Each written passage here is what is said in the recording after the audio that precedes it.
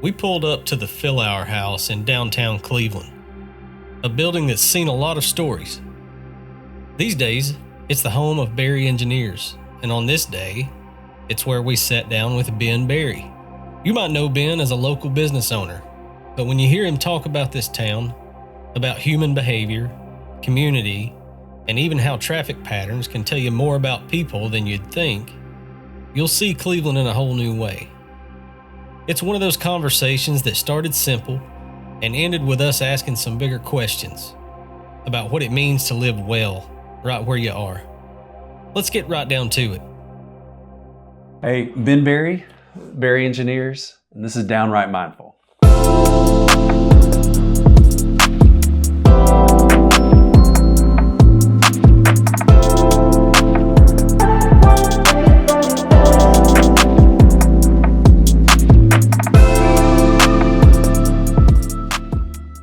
Elks Club, huh? Elks Club. Mm-hmm. Like you're the face of the voice of the Elks Club. I'm not. No. You were the other day when I was there. Main Street holds their You're meetings. the face and voice of Main Street. It's Main Street. That's what I meant to say. Yeah. Yep. Yeah. Yeah. So yes, I am current president. This will be my third year and last. I'll be rotating off after the third year. So for now, Is that like an appointed position? Is that an elected position? How's that work? it's somewhere in between. It's officially elected by the members. Yeah. But a lot of times it's, who's willing to do it, who's a good fit. You kind of get nominated by the board and then they vote. So it's something in between a volunteer position, a nomination, a election, kind of all three. Okay. So that means you had to say, yep, I'm in. Yeah. We had... Where'd that desire come from? We're rolling, yeah? Yes. Yeah. We, when we purchased the office, we were renovating it. I guess, it's with it being so central to downtown, we were asked to join Main Street. And so, so Main Street, just kind of back up, it's an organization that represents downtown, property owners, business owners, events. It's big on all the events. It organizes a lot of the events, like the festivals, and it's really just kind of an entity that promotes downtown, promotes our city through downtown. Yeah. So we're asked to join. Of course, we joined. How long has Main Street been doing Main Street? Like how long has this been an organization? Like 30 years. Yeah. And Cleveland was one of the first of like 5 cities to become a Main Street. Like in Tennessee? In Tennessee. That's cool. And then the Main Street program was actually defunded by the state. And so a lot of programs dropped out, and Tennessee was one of a handful that continued through that with private funding. Alan Jones was key in founding it and getting it going. And so we've got a strong Main Street program. It gets grants for a lot of construction, state grants, makes you eligible for a lot of that. A lot of the Christmas lighting, decorations, that's all through Main Street. So you drive through, you see all that. It's all Main Street. The block party. So pause just for a second. So that's not like city government, city councils saying, hey, we're going to put this on. This is this other thing beyond local government that says, hey, we're going to do this for our town. Yes. It's it is Main Street that organizes that, puts that on. Now, the city government, we couldn't do it without city government. Sure. So city government is a big part of funding, but they're not the only part of funding. And they're a big part of the logistics of getting it done. So you'll see city trucks, with the forestry service will come, put up the signs, put up the banners. But the organizational structure comes from Main Street and the members of Main Street. Most people don't realize that, and the county funds it too. City's a big part. County does a share. County will see what we're doing and join in and do their block at the courthouse. So there's a lot of cooperation in that. Yeah. But shortly after joining, they asked me to be on the board, and then it's a big board. It's a diverse board. You have Lee College. It's not just property owners. You have a lot of different people, attorneys. You try to get a lot of different, So it's more than just Inman, Broad, and Ocoee, or is that kind of the emphasis of what Main Street Cleveland is? But there is an official boundary. It does go a little bit outside that, and so it doesn't necessarily include, it's the commercial part of downtown. It doesn't necessarily include the historic district, although that's obviously part of what makes Main Street what it is. Yeah. It doesn't necessarily include College Hill, where the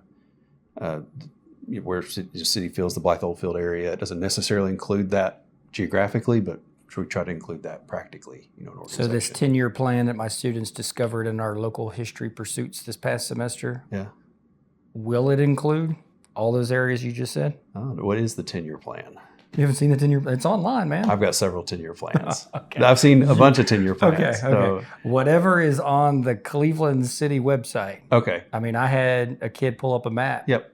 Yeah. Okay. And so just like the projection of there was a zip line on there. They got really excited about the zip line. Like 10 years from now, you can be still this excited about the zip line. And they're all like, oh, yeah. So, all right. I'm going to see all your 27-year-old selves lining up for the zip line. Sure. But because I'm not from here. Yeah. But as soon as I got here in August of 95, it's not Whirlpool, it's Maytag.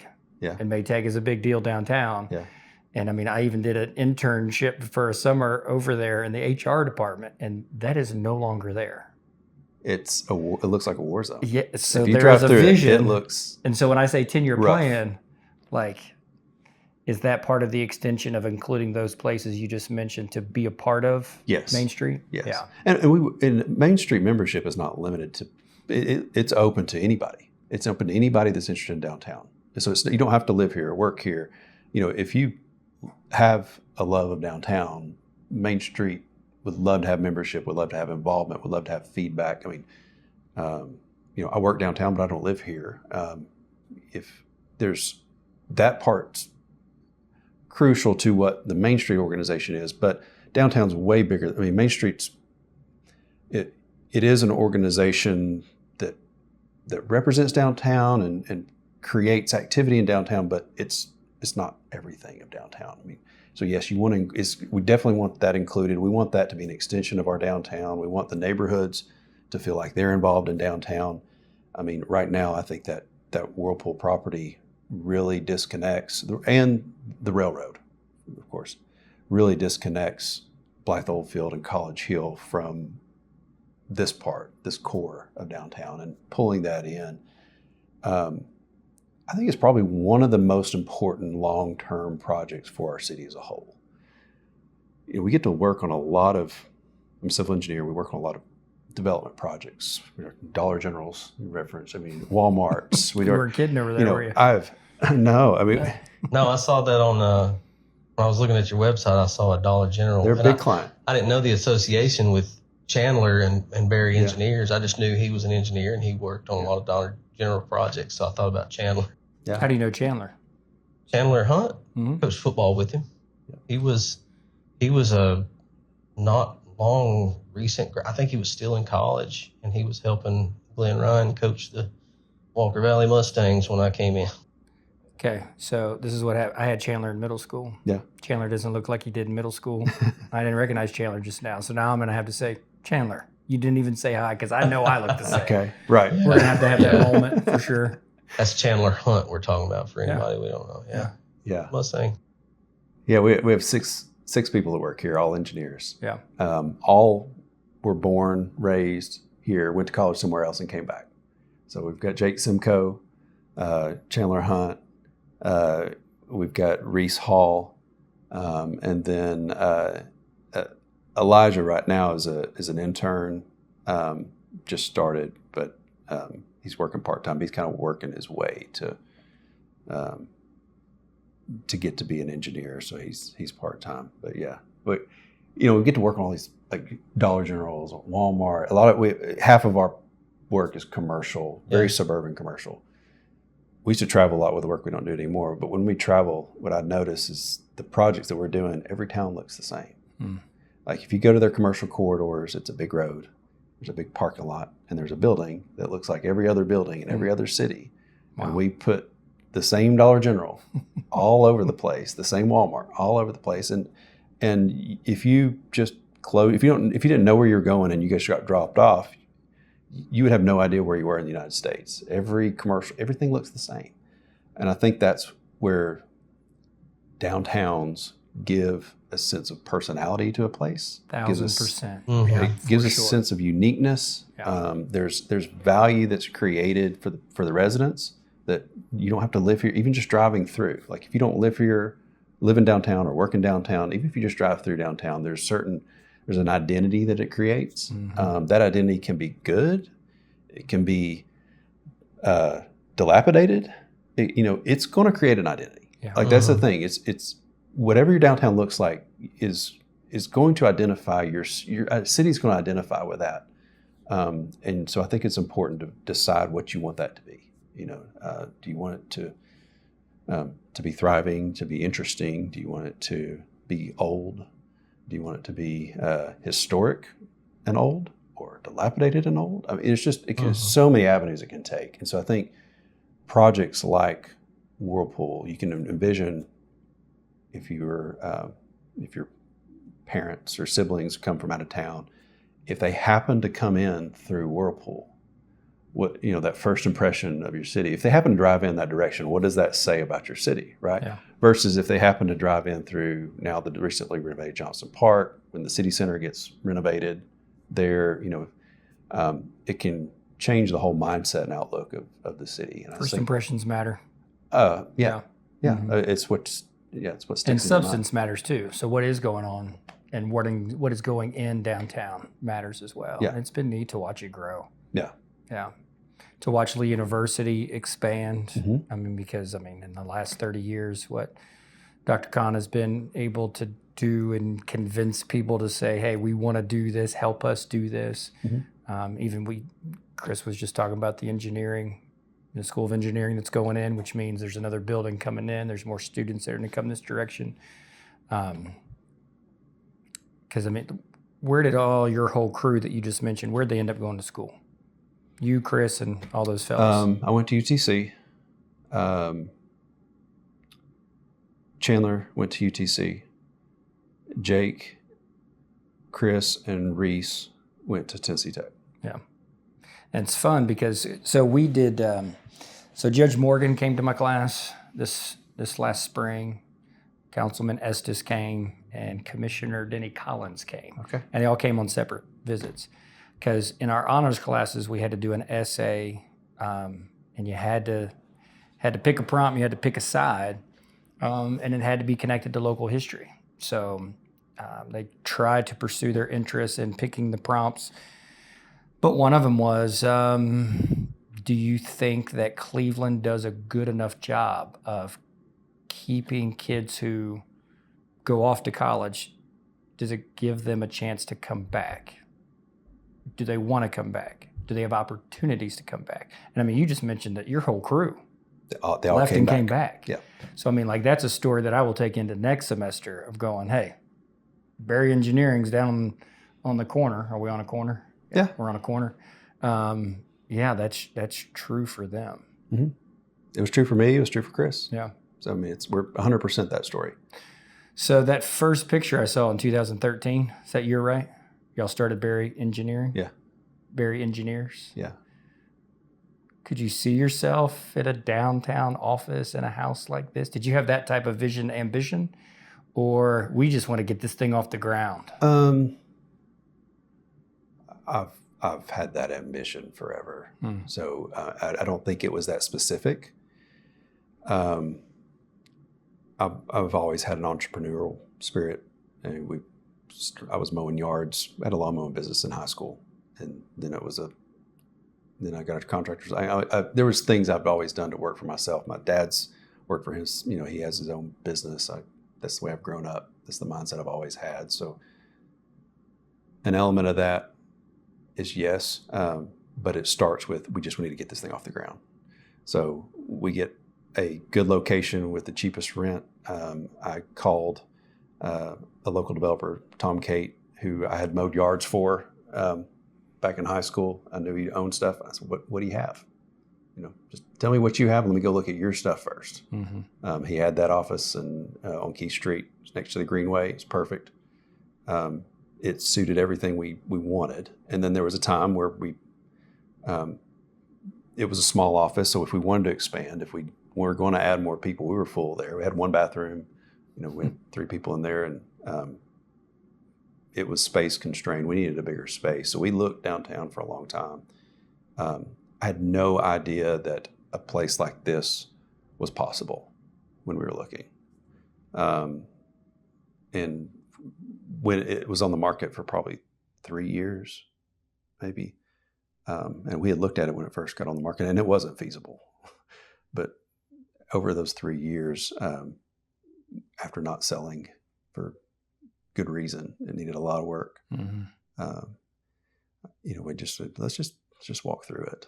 And so we walked through it. We met with the owner. Turns out my dad had built a house for the owner, Rita, which is Rita Harbison. Her maiden name was Fillauer, so it was Fillauer Harbison. And we walked through it. I told her about us, who we were, what we were wanting to do. And she really, I give her a ton of credit for this, because she heard who we were, what we were wanting to do with it, that we were going, the vision that we had, and she made it work. She made it possible. It wasn't that it was possible. She made it possible, her and her brother, Keys. And the position that she was in, I don't know, I've appreciated it more as we've gotten a little separated from that. But this is a family heirloom. Like this was not, she inherited this twice over, from her grandfather to her father to her. It's a big decision to sell it to someone else, to sell it outside the family. And so I give her a ton of credit for allowing us an opportunity to bring this back to what it was. And she still comes by all the time. I mean, we see her regularly. She has this, we have a Santa, like a ceramic Santa that we have to put on the front of the house every Christmas. That's in storage. She wanted that put out and of course we love doing it. So, like that's a request from her to do. Oh that? yeah, she'd like to have it out there. Yeah, it's an antique Santa Claus, and we put it out. No, just mute it if you want to. We can, so we put it out. But we have a great relationship. But I give her a ton of credit for making this possible. Yeah, that feels like Christmas with the Cranks. Please tell me y'all have seen that movie. Seen it? You haven't seen it? Tim Allen? I believe I have. I don't know. Him and his wife decide that they're not going to do all of what the neighborhood does, and part of it is putting a Frosty up. And so, like, you just have to do it. Right? Yeah, it's part of the tradition. We put lights on the outside. Yeah, and we're like, well, we're going to put Christmas lights over Christmas. Well, we ended up just putting permanent lights. We have the lights lit up, every night. Yeah. Most of the time they're just white, but we got them programmed where they change colors depending on the holidays. Just little, things that think, well, is it tacky to have that on a historic house? But no, it gets a ton of attention. We get a ton of comments about it. Yeah. It's a beautiful house. It's a fantastic location. Yeah. I mean, like it really does have everything that you want, whatever this is to be. Yeah. Now tell me this, you're mowing your first lawn back in high school. Like, did you knock on someone's door and say, hey, can I mow your lawn? My parents have been a contractor building houses. They also had rental property where they would build a house and rent it out. That was their retirement plan, right? There's no pension. Is your dad retired yet? He is retired from home building, his contractor license. Now he still maintains his properties. Okay. And so part of my job, I was probably 14 when it really got started, but he would drive me to a spot where he had 3 or 4 homes in a row, and he would drop off the trailer and the equipment, and I would mow and he would leave. 14. Yeah. So I would mow it, weed eat, blow, and there's no cell phones. So I just have to wait till he comes back. And I got tired I get done faster and faster. I get better at it. I just got tired of waiting. So I just took that little riding lawnmower with a weed eater and I just rode around the neighborhood. Get out of here. And find people with tall grass and knock on their door. Yeah. Say I'll mow your yard for $20. and I just started mowing yards. Yeah. And then I realized that I was way too cheap. And, as a 14-year-old, it's free money, right? I'm just sitting around anyway. And so then my dad was like, well, it's costing gas money, and there's things that I have to pay money for you to make money to do that. So the deal is that if you want to mow somebody's yard, you do that, and you just give me half of whatever you make. And I was like, oh, better up this price real quick. I need to figure out how to price this for $10. Yeah, so I need to figure out how to price. Well, it turns out they would still say yes at $30. So that's how it got started. Yeah. And so I would mow homes that I could drive my lawnmower to from the properties that he would drop me off. Yeah. But by the time we were a senior in high school, we had like 60 yards, and 20 of those were commercial accounts with neighborhoods. And is that we as in like you and Chris? Or did you recruit a crew of friends? How'd that work? I did recruit friends. Yeah. We had friends that worked with me all summer, different friend every summer doing mulching. Any names I might recognize? Yes. Travis Tinker worked with me one summer. Jonathan Douglas. So Jonathan actually had his own lawns. We were friends, and we just decided that we were going to mow together. And I would help him with his yards, and he would help me with my yards. And we didn't really keep track of who's doing, he just billed his yards and kept his money, and I billed my yards and kept my money, but we had more fun working together. Yeah. So I say we, and we just did that. We had council we'd do together. I don't even know how we kept it straight. We really probably didn't put much effort into it. It was, but yeah, and he was, I think his intent was actually to continue through college. He was going to get a degree in landscaping and mowing and that sort of thing. And I was going to go a different route, but I was staying local. So yeah, we had a pretty serious. Yeah. What were you doing with all that money in high school? What I do with it? Yeah. Were you saving all that money? Were you just like Mr. Responsibility guy, or were you spending all this money? Because you said 60 yards. Yeah. Yeah. You're making money. You're not charging $30 for all these lawns anymore. Were you? I was making more money than my teachers. Yeah. This is where I'm going with it. Yes. No, okay. I don't want to say, I don't. No, you already said it. It's out there. It's out there. Yes. No, that was the reality. I had a truck. My dad made me buy my own truck. Yeah. And so this is my parents' teaching style, I guess, and I appreciate it looking back. Love it. You haven't even said it yet. No, I know. He had a college fund when he had a job. He worked for Olin, and he made good money, and then he quit working for Olin, and building houses, and it struggled for a long time. Mm-hmm. But he had that when he was making good money. He had set aside a little college fund, a savings account. He pulled the college fund out, and he bought my truck. So I got a new truck, really nice. It was 2 years old from my uncle, but that's new to me. Very nice truck for a high schooler, and that's what I used for my business. And so he used my college account to buy the truck, and he made a payment book, and I had to make payments back to my college account. And it was interest free to myself, but I had to pay my college account back. So I bought my truck. He did pay for my insurance and gas, and that was part of the half of the income that he kept was to pay for some of that stuff. Well, as it turns out, then I go to college. I got a scholarship, but didn't pay for all of it. And I was like, well, I can use my college fund. And he's like, no, he's like, you're good. You don't need that college fund. So he kept my college fund that I had paid back for my truck. And I did pay my way through college. So we came out debt free. And that was it's a big deal. It's a massive deal. Yep. And I did save. I mean, I was always kind of, maybe this was too old of me, but I was like, there's a day when I'll need this money. There'll be a time when I need this, or there'll be I don't really need this right now. There's nothing I'm going to pay for. So I saved, bought stocks, and taught myself about stocks and this and that, made some mistakes, made some good ones. And we ended up using that money to start a business in 2000. If I didn't have that foundation, we wouldn't have been able to start our own business. So I really wanted you to say that, because that was going to be my next question. Because that was 9 years later. To do this, yeah. Wow. My first engineering job was a pay cut from my mowing.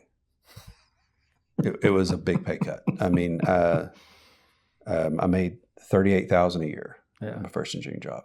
Yeah. And so, but I knew that was going to be fine. When Chris and I got married, our budget was in the red. So I was paying for her school. She's a nurse practitioner. So She graduated Cleveland State as a nurse, and I graduated UTC as an engineer. And then we got married, and then she continued on in school for 5 more years. And our budget was in the red every single year. And there's a funny story. You know, I'm backing up, but we started dating. She was 15, I was 17. I was a senior in high school. She was a sophomore. And high school dating is really, to me, it was fun. It wasn't serious. There was just, we were hanging out. We enjoyed each other. We enjoyed our friends. It was community. It wasn't, we weren't doing this to find a husband or a wife in high school. Well, but then like time goes by and you realize like, well, this is growing into that, but there's not a definitive moment where you're like, oh, we need to regroup. And so regroup. We spent, that's so romantic. I know. Well, here's why I say that word. Kristen, let's regroup. Here's why I say that word, because as you point out, I was working, I was making good money. We were saving all this money. Well, we dated for 5 years, and then we got married. We still got married young. She was 20 and I was 22. Yeah. And she ran our house budget, and I ran it. We were both very capable. She ran our house budget. We kind of did that back and forth. And I come home one day, she's crying. She says, what's the matter? She said, we don't have enough money to buy groceries.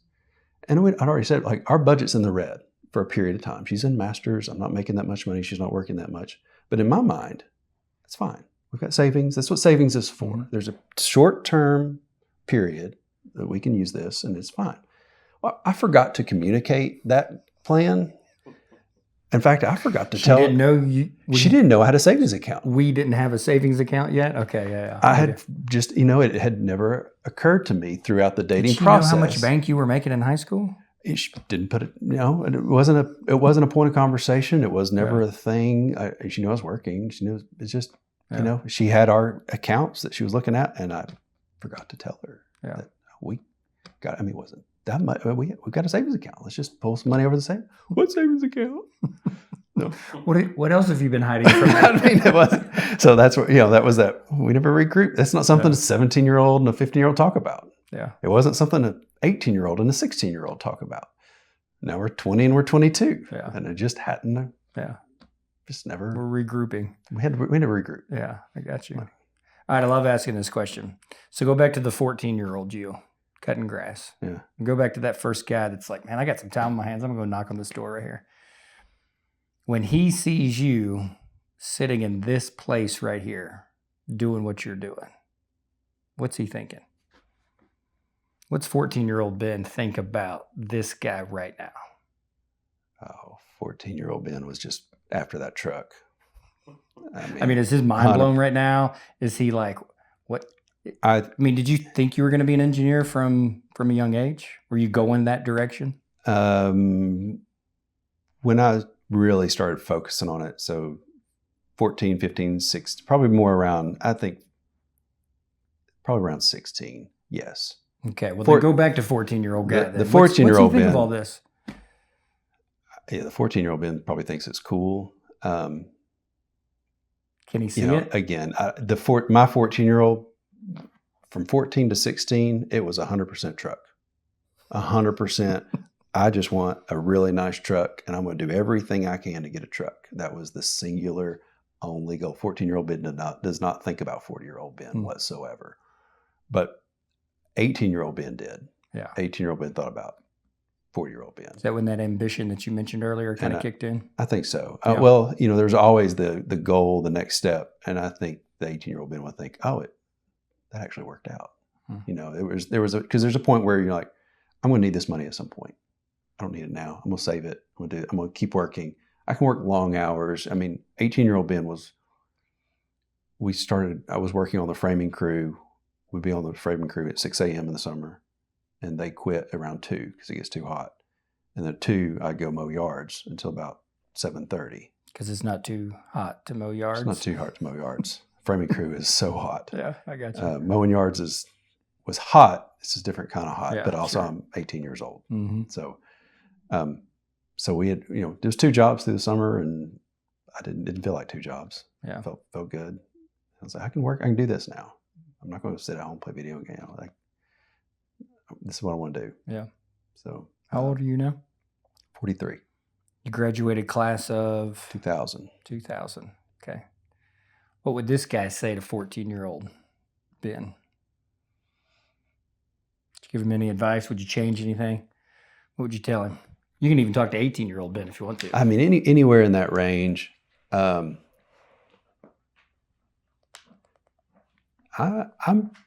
pretty proud of those years. I think because I know this, Ben, don't I? you do. Yeah. I think Coming through Westwood, it wasn't youth group, yeah. right? Young adult. Nothing's perfect, and I think that's for the best. So yeah, I wouldn't take away anything that 14 to 18-year-old Ben did. I think at that age, there were some lessons learned, there were some corrections made, and nothing wasn't correctable. There wasn't some epic downfall mistake that set me back years or set me on a path that God didn't intend. I think they did a good job. I did a good job at that through that period. Talk like this way, Okay, yeah. So as this guy looking back to that guy, knowing what you were experiencing at that time, how much of a play it would have on who you are now, what are the things that you would give that positive reinforcement? Would you say that framing crew sucks, man, but like it's going to play off? It played. It helped in engineering school. It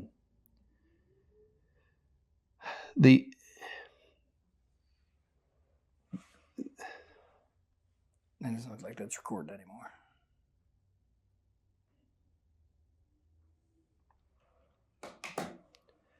Yeah, just the things that you see now that played in so much to who you are and maybe some of the successes that you've had. And that could be from joining the heritage of this historic downtown. Mm-hmm. Could be in your business, could be in your personal life. What are the things that you would tell that 14-year-old, like, hey, good job? Yeah. I think something that's very common in that age is there's a desire to fit in. There's a desire to have friend groups that you want to be a part of, or excel at sports, maybe not for individual reasons, but for for acclamation or being affirmed or something of that nature. And I think that was one of the lessons that that I came away with pretty early that has served me well is to maybe not put as much priority on that. Maybe, be able to just be who I want to be and just let the chips fall where they may. So, I mean, there were certain periods through, especially 14 to 16 in that gap where, I try to fit in with a friend group that I was, forever on the outer ring. I wasn't outside. I was kind of in, but it wasn't in the circle. I was just right on the outside of the circle, or, try hard to get, what can I do to, get in that circle? If I need to buy this video game, if I need to start riding four-wheelers, I need to do I need to learn how to ride a horse? There was, I'm serious. Like this was these were all friend groups. And you try to figure out how do I fit? How do I fit in this world that's in front of me? And you don't realize at that age that the world that you see is so much smaller than the world that's going to exist even just right after high school.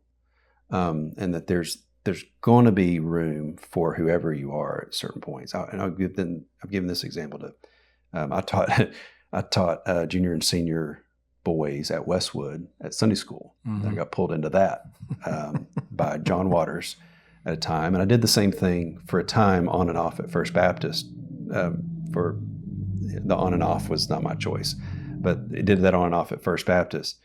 And one of the stories I tell people about that concept is, I was probably 16, 17. We had youth camp. We had one of those pastors that had an invitation to give up all secular music. And if you want to give up all your secular music and all your CDs at the time, and just listen to Christian music, come forward and commit, and so you have this sheep dynamic of There's a few people that do that. And a few people see those and then they do that. And before long, Yeah, the herd starts to move. Yeah. it's just me and 2 other people Love this sitting in folding chairs. And I remember him. I had to be 16 or 17 because at this point I wouldn't have had the confidence at 14 and 15. But at 16 and 17, I'd figured this out. Like, I remember him standing up there. Is there anyone else? Just looking. Are we at like Chaco Springs right now? We're at Camp Cherokee. Camp So Cherokee. I was a First Okay. Baptist primary Yeah, I got attendee. you. Yeah. And then Westwood was with Kristen because Okay. she was there when we were dating. Okay. I'm with you. Is there anyone else that would like to come forward? Is there anyone else? Did you shake your head? Yeah, no, I am not coming forward. I like Garth Brooks. I was country music. I like Garth Brooks. I like George Strait. I've got the box set. I'm not giving that up. You're a businessman. You probably paid for all of I'd this. buy it all. It's in my truck. I listen to it. I was like, Because we're about to have a youth group bonfire. These things they're going to burn them all. And CDs everywhere. yeah, and that was not. I Limp was Biscuit done. I was not going to be part of it. 2000. Yeah, Yeah, I got you. there's a few instances like that where it's No just regrets to that though. absolutely Yeah. not. Because I remember being in those youth groups. Shoot, I mean, I broke some CDs too, and then discovered that, man, I really love that CD. I've probably bought it since at McKay's. I've had plenty of those had to moments, rebuy it. right? Where you figure it out. I wasn't as strong as you as a young person, but you figure that stuff out and go, this can't be the point yeah. of the gospel or of a life of Christ or I don't know of much, But in the moment, man, it seems like It's emotional. It was a Do you compelling remember who story. those other 2 people were? No, Yeah. I just remember looking around and just feeling like it was. I don't know how many chairs. There's a good 200 chairs out. I mean, Camp Cherokee's big. But I was there this week.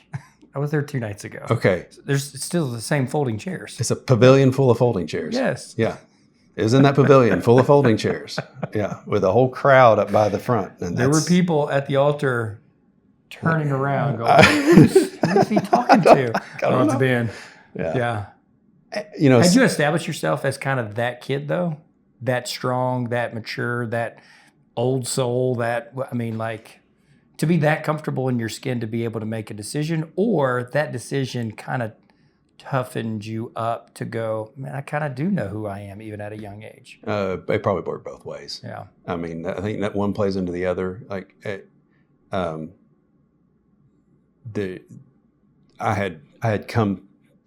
was probably just on the outskirts of trying unsuccessfully to get into these various social circles, and I probably was just like, no, I'm gonna make my own decisions. So you already said you didn't become a gamer. Did you get that 4-wheeler? I did like video games. Yeah. But that was mostly through middle school and early high school. Yeah. I did end up getting a 4-wheeler. Yeah. Did you ride that horse? So one of my best friend groups still was a guy named Matthew Rogers, Travis Tinker, Jonathan Douglas, myself. Well, the 3 of them rode horses. And I would say I would ride my blue horse, which is my Yamaha 4-wheeler. So while they rode real horses, I rode 4-wheeler. So I could exist in that environment, and I'd have to learn how to do all their roping and all that stuff. And so that was my friend group as I was a senior. But kind of going up to put a little bit of this into context. I played soccer growing up, and in middle school, I actually broke my back playing soccer. So like literally broke your back? Literally fractured a vertebrae. Wow. And so that was the summer of my 8th grade year. Well, 9th grade is first year of high school. And I had to enter high school as a freshman with a full brace that I wore for about 8 or 9 months. I couldn't run. I couldn't walk. I was sitting posture like this, Outside of your clothes or on the inside? It was on the inside, but it was bulky. Noticeable. It's very noticeable. Yeah. And so, That's a tough start to. That's a really freshman. tough start. Sure. And there's no athletics. There's no whatever friend groups I had are gone. Like you can't hang out. All I can do is walk, and that's limited until this thing heals. And so I was starting from zero, So when I say I was trying to enter these friend groups, it was on the heels of nothing. Yeah. Now you graduated from Cleveland, right? Mhm. Did you go to Cleveland Middle? Mhm. But you were still trying to navigate new friend groups, just going. People from middle school to high change. school? There's people evolve, people move. Things always change, and so you're just trying to navigate that. I mean, I still had friends that were acquaintances that I wasn't unpopular. I just I could talk to anybody. Really, I think I was very friendly with a large number of people, but I didn't really have a lot of close friends. I had one close friend through all that. It was Eric Burnett. I don't know if you know Eric, but Still close, y'all? no, Who'd you he's say it was? Eric Burnett. No, he's moved away. I haven't seen him in a long time. But if he came into town, I could grab lunch with him, no problem. We could, chit chat about what's been going on. So, he'd come by. That was the video game era because I could play video games. So I did play video games. Yeah. I played a lot of video With games excellent posture. with excellent posture. We didn't have to worry about you. Yeah, but you had to be in the same room with all the cords, the four cords yeah, plugged in of the course. console. So Yeah. you had to actually have the friends come over to your house to do that. What were you playing? What console did you have back then? Boy, that was like James Bond, 007. That was a Nintendo 64. Yeah, So there you go. Yeah, He's nodding his head over there. that was He knows. PlayStation X You don't games. have to tell your age. What year is this? How old are you? Class of 2000. I'm 43, class of 2000. So A couple years older. I broke my Yeah. back probably in 95. Gotcha. Just when you said 007, John, I'm like, this guy's my age. Yeah, James Bond, 007, GoldenEye. That Yeah. was a big one. Yeah. So I pretty much got about two more things. So if you got something you want to throw in there, do that.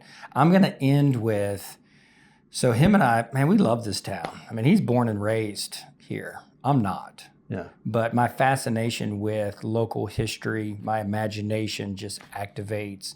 Shoot, I even parked down here by the little Taylor place right here, Okay. just so I could just see it. We went down there the other day just to walk up here and just to have a few steps. I know you've got a parking lot right here, but there's just something about, for me, parking downtown and I just love it. Like when we're done, we'll probably walk a couple blocks, just to kind of just be down here. I love it. I love this town.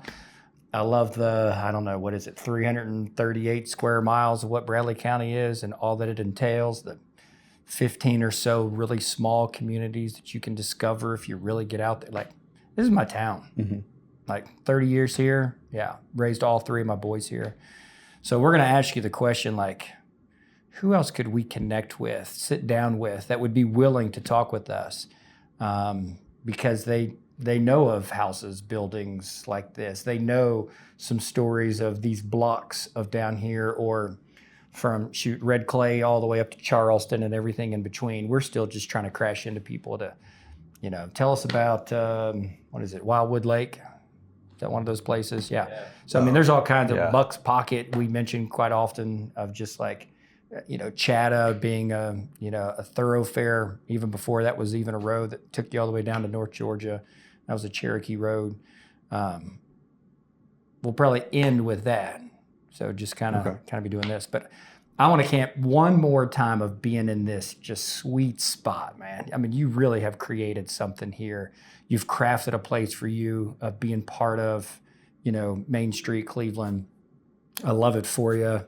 Shoot, I've loved you for a long time. I love your family. Love every bit of you saying yes for us to do this. But go with me on this. So I've been writing, and one of the themes of recent that I just keep bringing into these chats with folks. You wanted to be an engineer, but you made it happen. But will you answer me these two things? What was one of your earliest, biggest, and you can put the term on it. You can call it a mistake. You can call it failure. You can call it a hiccup. But what was one of your earliest, biggest of what were we thinking? Where you either missed it and had to make up for it, or you missed it, and now you can look back with a little hindsight and go, oh, that worked itself out. And then I'm also going to ask you, what was your breakthrough? To end up in a place like this, some things had to fall into place. You need to take something? Sorry. If you no apologies. So the You need to take something for real? no. Okay. Did you get all that? That was a lot. But yeah. I mean, like The mistake parts.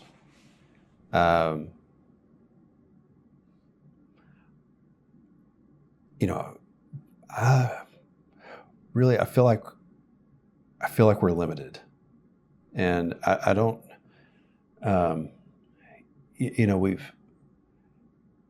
Growing up, we've already talked about the need to try to fit in, or just some little this and that's with. I think there's a sense of you can go through life and you can learn one of two ways. You can either learn by your own mistakes or learn through others' mistakes. And so we're kind of taught that early. It's really easier to learn through others than it is yourself. And so I don't know that there's any. I have to think about the mistakes part a little bit more. And that's why I framed it. It doesn't have to be a mistake. It doesn't even have to be a failure. But it's just those obstacles that seem to be so big. Like the ambition is there, the vision is there. We're acquiring the resources. We've got a good team, but we just can't break through. That's why I couple it with this next question of what was the breakthrough that buddy, this is a definition of. Go with me on this, of success, of being here, planting yourself here, becoming a face and a voice in this community. Yeah. Because there's plenty of other engineers in this town, but you really are doing something unique and you're embracing it. And you didn't get here by accident. Like kind of what was that? Maybe it was a connection, maybe it was a relationship.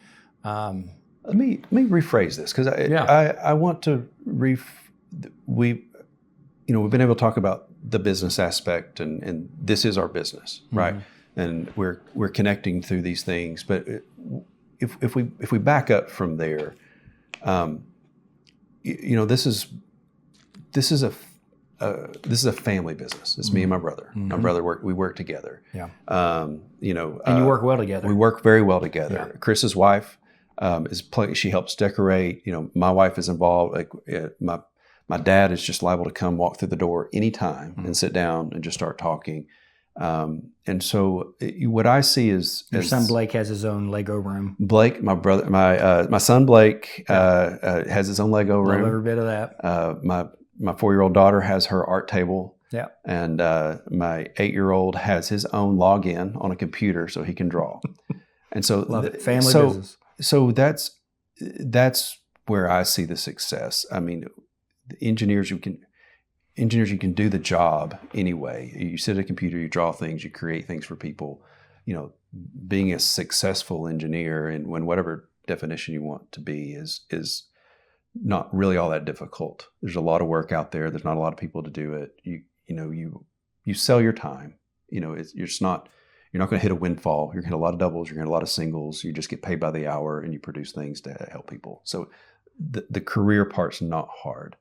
But the personal part, I think that's kind of what I'm most proud of. So if I back up to like the speed bumps in the road, Krista and I met when I was 15 and 16. I mean, we have a great relationship. I mean, that when I say I was on the outside of friend groups, we were each other's best friend. Mm-hmm. And we've been that way since, for the past 25 years. And so that's really all I need. That gives me confidence to do whatever I need to do on my own, not really worry about it. She's always there. We've had personal speed bumps where you have she had a major health issue that where she had to we kind of had to reset. Was she going to graduate college? What's she going to do? So we had a major health issue to go through. We had we're old parents. We've been together for a long time, but we didn't have kids who were in our 30s. That was not either of our vision. It just evolved to that, and that was God's plan, not ours, and it's worked out great. And so I think taking those speed bumps in stride and not trying to force what I think is the correct path. Square peg in a round hole syndrome. That has served well. I mean, that's really being open to alternatives. I thought I was going to be an engineer. I was going to go to Tennessee Tech because that's where all engineers go, is Tennessee Tech. You go to Tennessee Tech or Georgia Tech, but Tennessee Tech's in state, and I got paid for it. So that's where I was going to go. And I switched to UTC, and I switched like 2 weeks before school starts. Tell me why. I got an engineer in my house, and he's having a great experience at UTK so far. But like, we had to go through hey, where are we going to go? Yeah. Are we going to stay in state? But like, you made a change 2 weeks before. Why the change? I mean, it was a foregone conclusion. It was Tennessee Tech because that's the engineering school. That's where my dad went there. That's just where you go. And so I never really questioned it to the point that things started stacking up against it. If you step back every once in a while, if you step back and just, all right, let me rethink this. I got a scholarship to UTC. I did not get one to Tennessee Tech. There's no reason why I should have got a scholarship to Tennessee Tech. I wasn't the best student, but I was a good student. Had good GPA. Like, I don't know why. They're both state schools. I got a scholarship here. I didn't get a scholarship there. That is interesting, right? And so I've got a business. If I stay here and keep on the business, I got a scholarship. I can pay for it. If I go there, I'm not going to have a business anymore. So I'm going to stop that. I can still see you knocking on doors, though. I've started fresh, right? It's not going to be the same. Yeah, I get it. But the biggest reason, and I don't want to encourage high schoolers to do this. I think I see where this is going now. Yeah. I ended up marrying the girl that I was dating. And so if I had moved away, would that relationship have changed? Would it not have changed? Did she have 2 more years of high school? She had 2 more years of high school. And so now I lived in Chattanooga, and so I commuted back and forth. She had a high school experience. I had a college.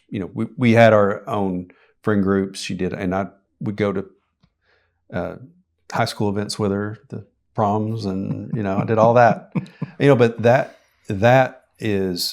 that relationship is the most valuable and the biggest form of success that's created the environment for all of this. Yeah. And so, coming back, I think that was probably one of the most important decisions I made, was to just say, all right, well, is this is the best engineering school that there is that the most important thing? I know I want to be an engineer, but is it the most important thing for me to go to the best engineering school, or are there other factors that are going to improve my life more?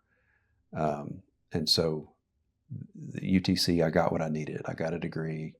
The degree got me a job, but overall, my life was much better by making that decision than I think it would have been otherwise. And it wasn't an easy one. No, and it wasn't an obvious one. I mean, at that point, all the dorms are full. I took a dorm in the basement with no window and one outlet, and you couldn't have a microwave because it would overload the electric system. You had a community microwave. Wow. Do you have a roommate? Had a roommate. Yeah. In this space you just described? Yes. That sounds terrible. It was an event. It was full year or just one semester? Full year. I had a great roommate. A very different roommate. I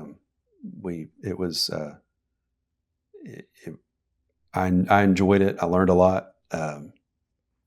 It was somebody that was very outside of my social circle historically.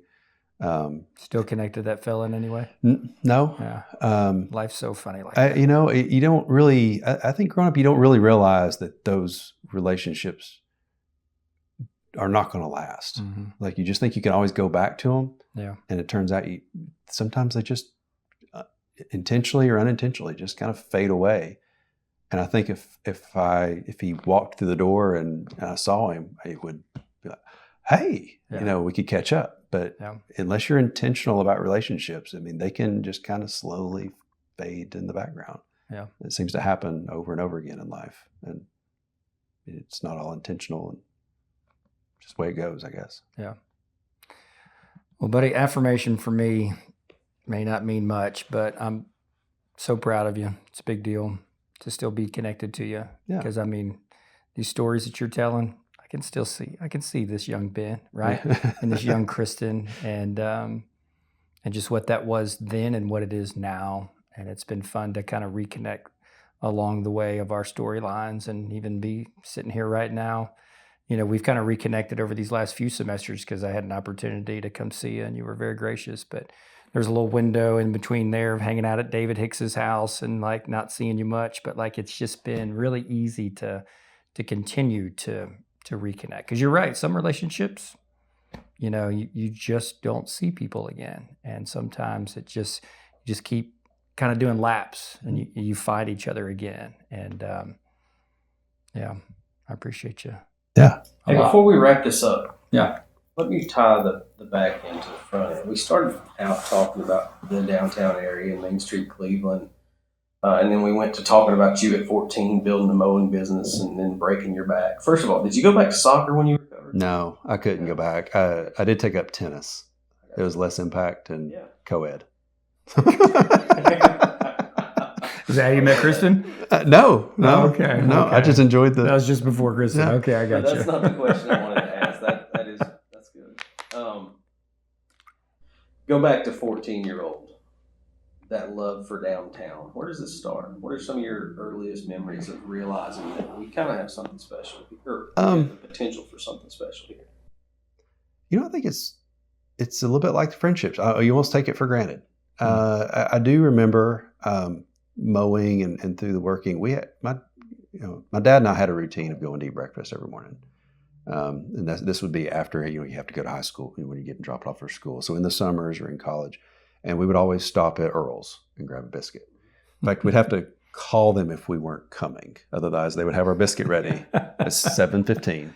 And ham, egg, and cheese biscuit and sweet tea. So we would come down all the time for that. My mom always shopped at Stampers for furniture. I remember going through Stampers all the time. I still see Joe Stamper very regular. He parks right next to the office here on First Street and does his rounds. There's I remember getting my first bank account at First American Bank, which then turned to AmSouth, is now Regions. So it's the corner here at Emmon and Ocoee Street. My dad was Santa Claus a few Christmases at the bank. He's the bank Santa Claus. Oh, wow. So I've got a picture of me with Dad Santa at the bank with the suckers. And, that was, there were some people that worked at that bank that started Southern Heritage. And those were customers of my lawn mowing business early on. Really I remember the restaurants. I remember, a few of those businesses. My dad I was always with him. And when I was driving, I was off working. He'd go work here, I'd go work there. We worked separately, but up until then, just kind of driving around, going to those businesses. And I just kind of was, this is just where you did that. I didn't really think much about it. Now, I think I appreciate the proximity. I think there's probably a much bigger discussion of what I do as a living and what I enjoy as a hobby. We've created this environment that we live in where we value privacy over interactions, and so we like to buy our house out where it's where we don't have neighbors, or we put up a fence. We do things to create privacy. And the downfall is that reduces the interactions that you have with people. And then, we've created this environment where we, live over here, we shop over here, we work over here. So you have to drive, spend your life in a car, driving kids around, you just go zigzagging all across the city. Being downtown, life is much easier, much simpler. I drive from my house, which is about 8 minutes away, to the office, and my car sits here until I'm ready to go home. I can go to meetings, I can, go eat, I can do all these things, and I can just walk there. And my world is a little bit smaller, it's more condensed. As I walk there, I will run into, almost every single time, I will see somebody that I would not have made a point to see otherwise.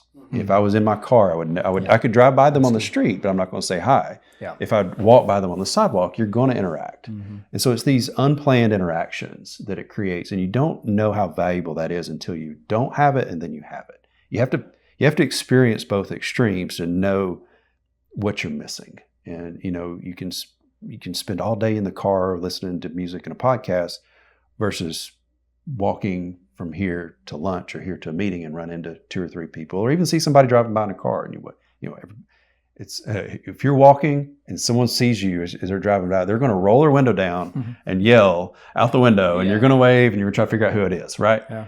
But I think those unplanned interactions, there's just so much value in that.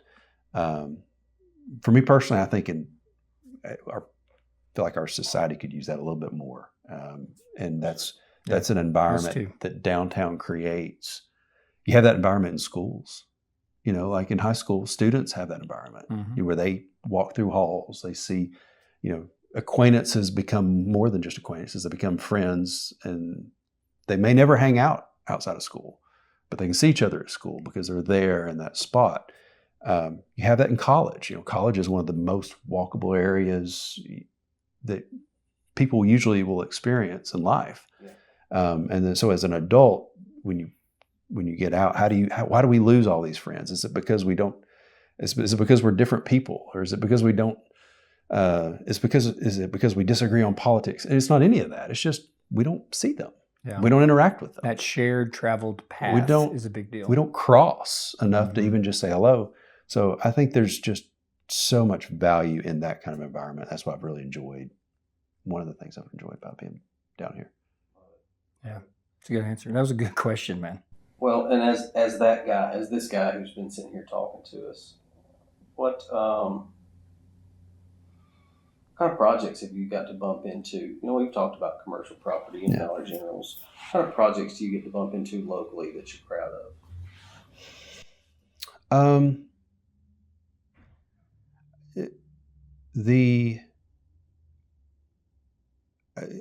I'll say there's not a one size fits all for development in our community. I think our community is good when they do have privacy, developments with privacy and fences and backyards, and an opportunity for also like apartment living downtown that has interaction. I think you need all of that for a thriving community.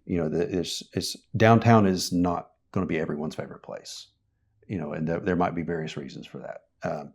But it's an important aspect. It's an important part of our community. So when I think about the projects that we worked on, and a lot of our projects are outside of Cleveland, and we've had some good ones in Chattanooga. I'll say we've had some. In addition to projects that we work on for other people, we actually do our own projects too. So we have our projects that we build ourselves and keep. Most of the time we keep. And my focus on our personal projects has been to do something creative that is unique to Cleveland, that brings something different to Cleveland.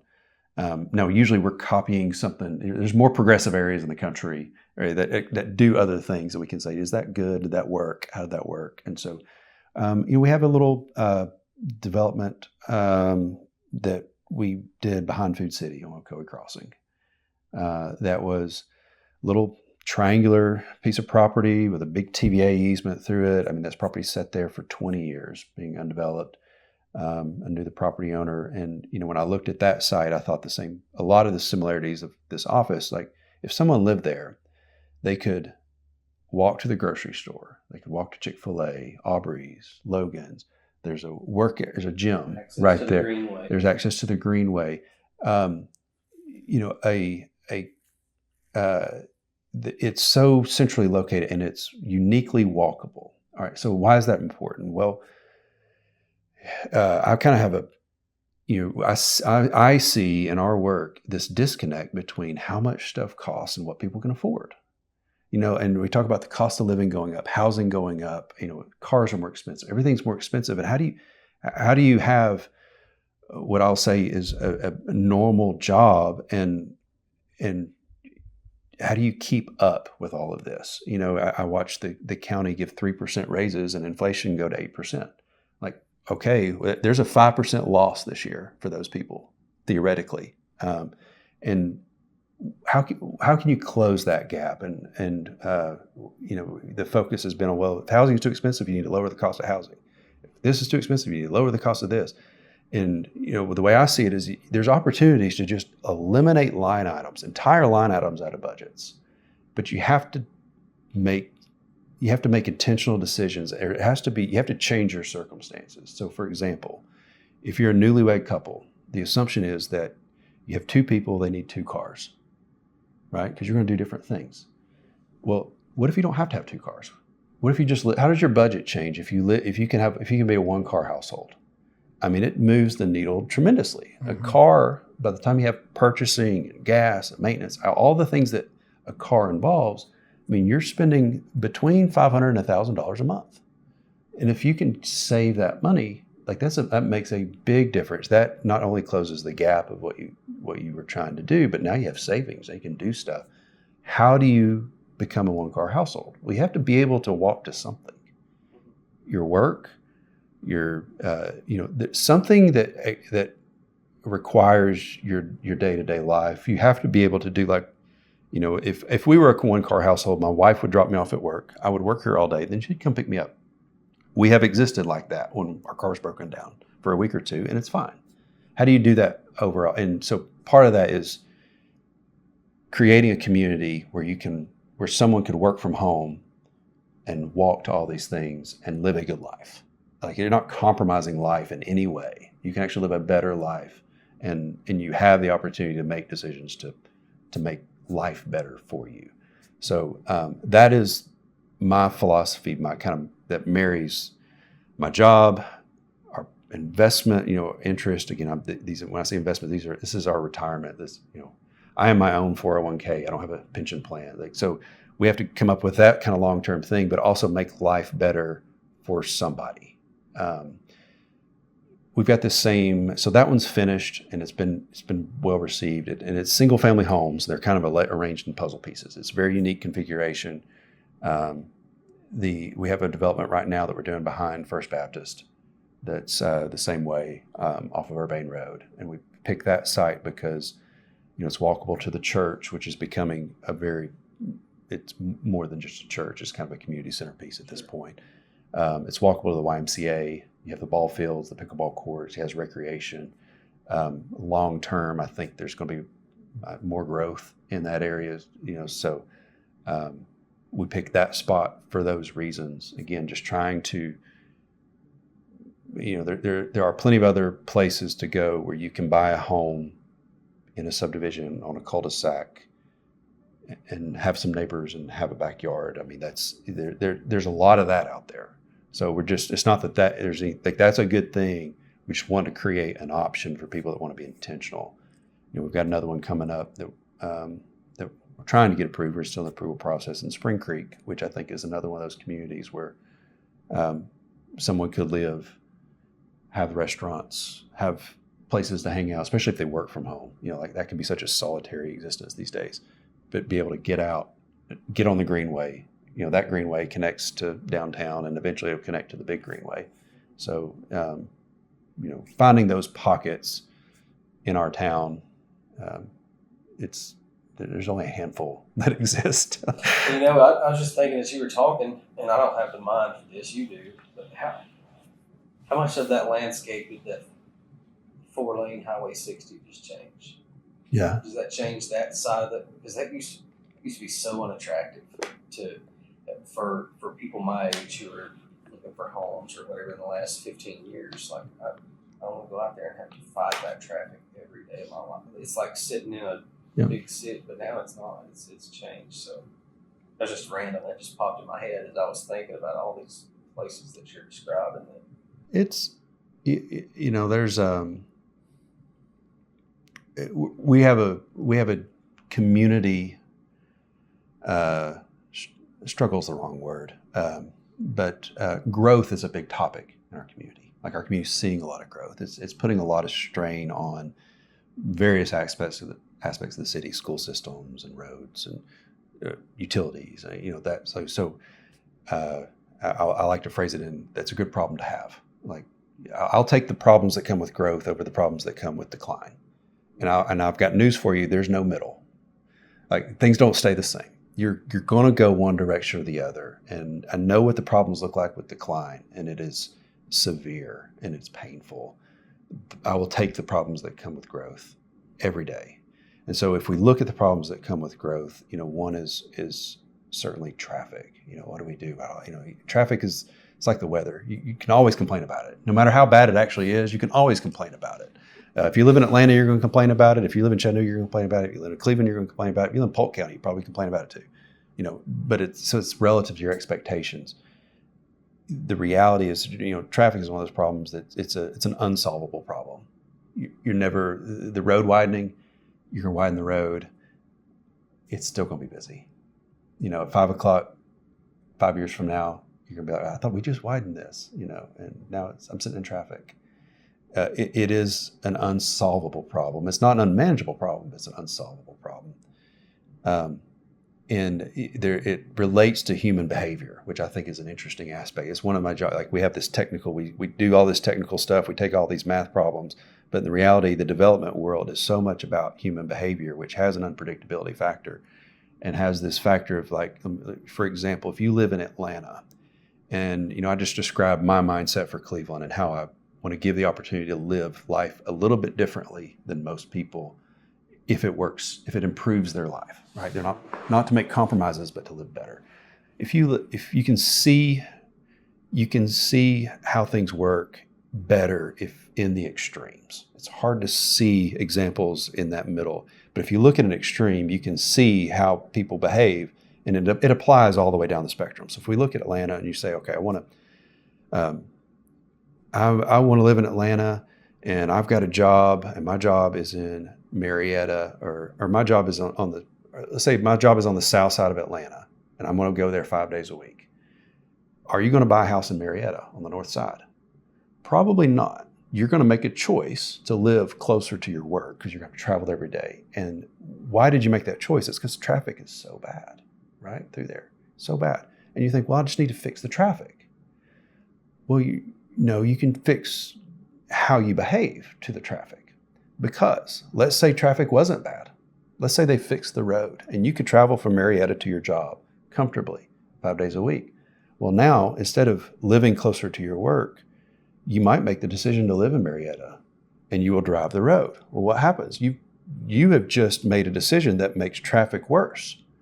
Well, what if other people make that same decision? All of a sudden you're back to the road, so if you have a clogged road and you fix it, there's a concept called induced demand, where if you have a great road, well, now people are going to drive more. They're not going to carpool. They're not going to, if the road's fine at 8 o'clock in the morning, they're just going to drive at 8 o'clock in the morning instead of waking up early and drive at 6. So what you'll see is that, every interstate widening project that we've ever done, they spend all these years widening the interstate and doing these things. They open it, and then 2 years later, it's full again. Why is it full again? Where did all these cars come from? Well, it's because the people driving the cars at some point made different decisions that took them off of the road. And now that the road's easy to drive again, they're going to make a decision to put it back in. So roads kind of exist in this traffic, and roads kind of exist in this period of almost failure all the time. Like if it completely fails and it's shut down bumper to bumper and no one's moving, that's a bad thing.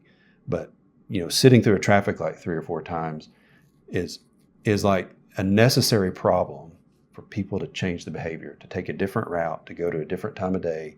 Maybe they drive earlier, maybe they drive later, maybe they decide to live in a different location. People are remarkably creative about how to use the back roads. They're not going to use the back roads if the main roads are fine. If the main roads are fine, well, they're going to use that. Now the main road's not fine anymore. Now they're going to use it. And so the pendulum swings back and forth until it finds its equilibrium. That's why I'm not, one of the biggest complaints our city deals with is complaints about traffic and what to do. Or, are you going to widen Paul Parkway to 8 lanes? No, you're not. You're going to let it exist in a state of, it's a problem at 5 o'clock. and people will figure it out. You have just given me tools to have family conversation. Thank you. Okay. Because you obviously think about this more than most. I really deep dive into that one. Are So you that was creeping toward the answer that all of us uneducated folks have been looking for. Of how did you get away with this Inman Street change here?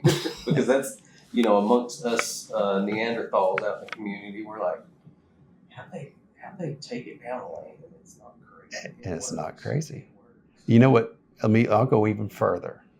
That road was closed for 8 months. Yes, it was. We figured it out. 0 cars. Was it a problem? A little bit for somebody. For some, but During for a most very of us, small no, part not of at town. all. Not bad. Not at all. 0 cars. Not 4 lanes to 3 lanes. That was the focus. Oh, how can you go from 4 lanes to 3 lanes? How about 4 lanes to no lanes?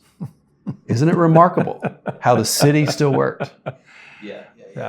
Yeah. And there's a lot of ways around that. I guess the reason I talk about Highway 60 like that is because it's such a funnel. It's such a funnel, and it seemed like even for the non-engineer minds like myself, it's like I can uneducatedly look at that and say that was probably a little overdue. It was It's overdue. probably due to that bridge. Yeah. It's such an expense. Well, all road projects are overdue. They don't do them until they're overdue. And also it takes, yeah. So I mean, you're not telling jokes, but this is funny. I mean, because it's not on our conscious mind. Yeah. I mean, this is what you're not always sitting in this I live in room. this world. I know. You're Yeah. sitting up in this office, and this is what you're contemplating. Yeah.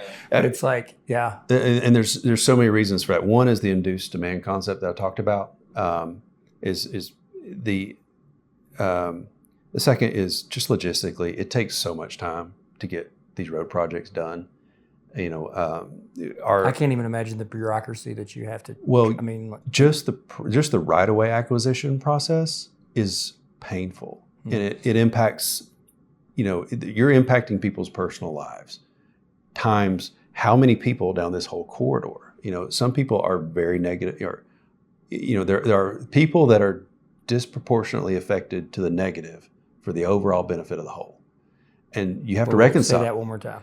There are certain people that are impacted negatively, disproportionately for the benefit of the whole. So that's the concept. That's the concept of eminent domain. Is that you don't have one person holding up progress for the whole, and you try to treat people as fairly as you can.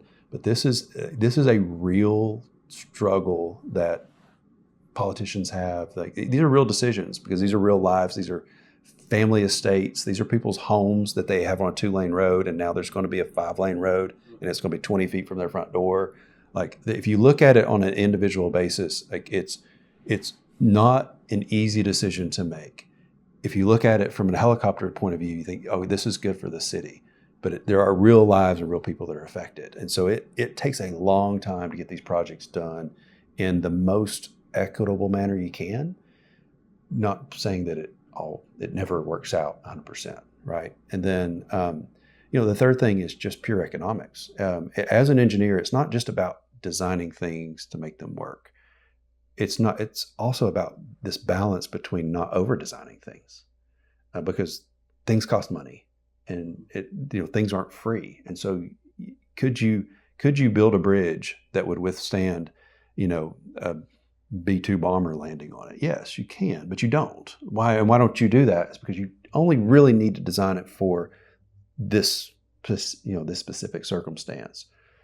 So when it comes to roads, transportation engineers, you have level of service, you have grades, just like grade school, and you have the best roads. And I'm going to rephrase this, but I'm going to phrase this 2 ways. The best roads are level of service A, and it goes B, C, D, E, F, all the way to failure. Well, they don't say the best roads are A. That's actually not the best road. The best road is D. D is perfect. C is good. C is really good. You get into B and A, and it's either that no one drives on, it's out in the county, and it doesn't matter. So those are roads that you don't really study, so they don't really come into play. They're just roads. People study roads that are problems. Give me an example in the county that would be an A or a B road. Any road that's a back road that no one drives on. Are we talking like a Chatta Valley road, like out Chatta that Valley? way? Yeah. Okay. So in these grades, I'll simplify What'd it, you but say? It's my favorite road in the county. yeah. Mine's Old Charleston Road. It's where you're not delayed. Yeah, Any there's no road delays. that you're there, so the grades are actually a form of delay. You measure like how long are you delayed on this road. If you're free flowing, if you're never delayed, you pull up to a stop sign. There's maybe one car in front of you, and then you move on. So what's like a Dalton Pike? Dalton Pike's. It's always flowing. Dalton but Pike's like there's- 5 lanes. Has a lot of cars. It's free flowing. It's probably a B or a C, up until Walmart. Dalton Pike. I'm talking about like going out, like if I was going to go to Northwest Whitfield and I head out Dalton Pike that way. Yeah, it's From 5 lanes. Then Walmart it out. goes to 2 lanes. Oh yeah, okay, yeah. And then it goes into there. Yeah. You're never really It delayed. wasn't always like that, was it? No, but the funnel's down, so that's probably a B or C. So that section that's 5 lanes where you can just drive on through, if you do a road improvement project, it's almost irresponsible to spend money to get things to go from a C to a B. It's not good use of public money. And so that's the balance of, you're trying to fix roads that are F and get them to a C. The goal is not to get them to an A, to free flow. It takes, there's consequences to But then you widening said roads. D was the best? C and D. Roads are C&D. fine. Okay. C and D, they're Gotcha. fine. They're fine. Yes, they're delayed. Yes, you have to wait. But is it worth spending public tax dollars to make somebody's to take a road from you have to sit through 3 traffic lights to 2? So even a Paul Huff Parkway is a C or D. Paul Parkway is probably the D and probably a D all the way through. Yeah, and what you would measure it on is the worst hour. So like, it's 5 o'clock or something. Yeah, it's probably in that D. Because I'm like, I see. And F doesn't, you just sit there. Yeah, I see and hear from people what a nightmare it is all the time. I do not experience it. No. You know why? You avoid it. I avoid it. See? At certain times, especially. Behavior. Yeah. Now, there's And certain because- times I'm on it, man. I'm on it, but it's never crowded. You know what? One of my favorite calls is from my dad. He'll call like, "Hey, man, can you believe all this traffic? I'm sitting here at Ocoee and Twin Bit, and the traffic. Can you believe all that?" I'm like, "Dad, you are traffic." Yes, there it is. We laughed again, but it's so obvious. But it's so, yeah. You are a car. We can't complain making about it this, if we you're are part traffic. of it. I learned You are this there. lesson when Okay. I was 15 years old. I was at a horse sale down here on the south end of town, and there was an old cowboy. He's passed on now, but he was a Cleveland Utilities guy. Yeah.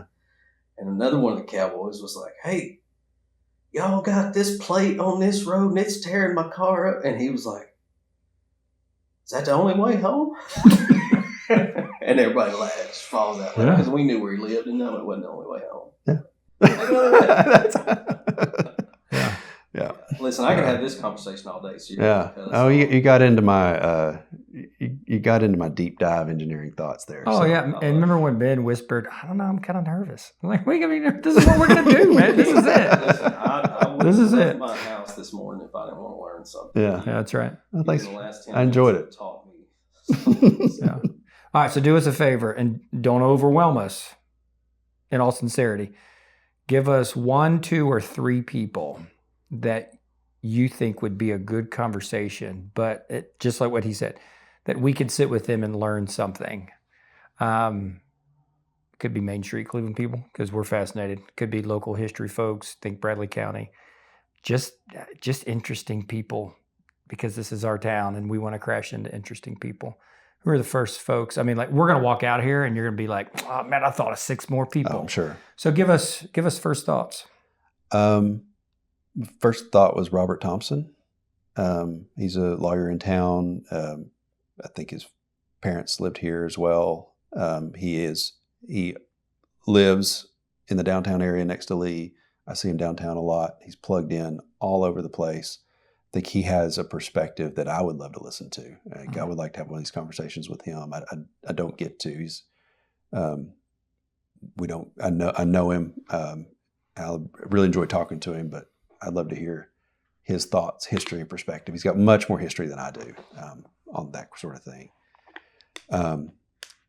Maybe on the different side of kind of an age range, possibly Dan Moore. So Dan Moore is probably in his upper 30s.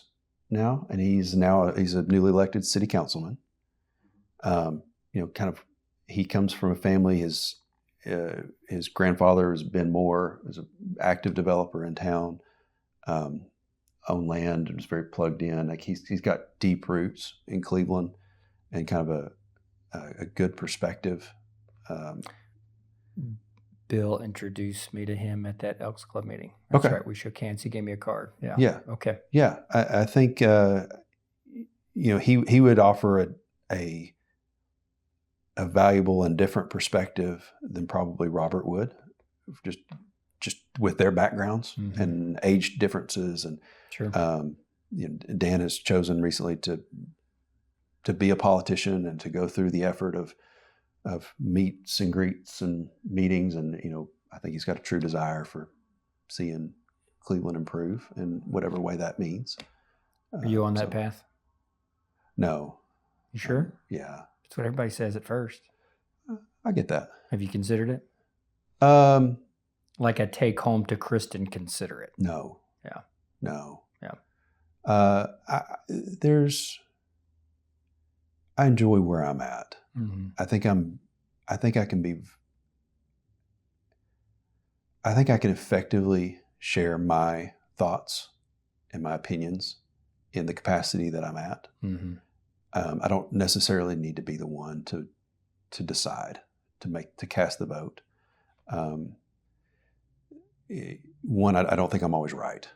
And so I think that, there's some value in being able to talk to all of the city council people and not just. So to be a politician, you have to always be right. Is that what you're saying? Well, I think I would put pressure on myself. Yeah. People have different definitions of right. So there's not. It's not a role I don't think I would enjoy. Yeah, I got you. And I do think that, the Main Street position, that's a volunteer. I spend my time doing that. I'm also on Planning Commission. That's an appointed role, but it's a volunteer thing, and it's full of 9 other people from very different backgrounds, and we can, we don't even make decisions. We just make recommendations, and City Council makes decisions. So I can review things that are development oriented and give my thought and opinion, and pass it on to the next layer of decision makers. And so that bureaucracy, I think there's value in. I see the value in the bureaucracy. I don't want to be in the middle of that bureaucracy, because I'm also like, let's get things done. Let's go. So I enjoy the roles that I'm at. So I don't think so. At least for now. Foreseeable future. How about that? Yeah. Okay. Because I'm going to come back. We got this recorded, and I'll be like, "Hey, remember when you said no?" Yeah. Hey, nothing's forever, but right now I don't see it. Seasons of life, and you got kiddos, and that's got to be a consideration for everyone that decides to get into the arena. Yeah. We were at swim practice this morning at 7 a.m. and he just left at 9. Then we're going to do a swim meet at 3, and yeah. There's only so many things you can. And you need to be dad. Contribute time. That's to. right. All right, be dad. Yeah. What else you got? I'm good, man. I appreciate you. Hey, thanks for coming by.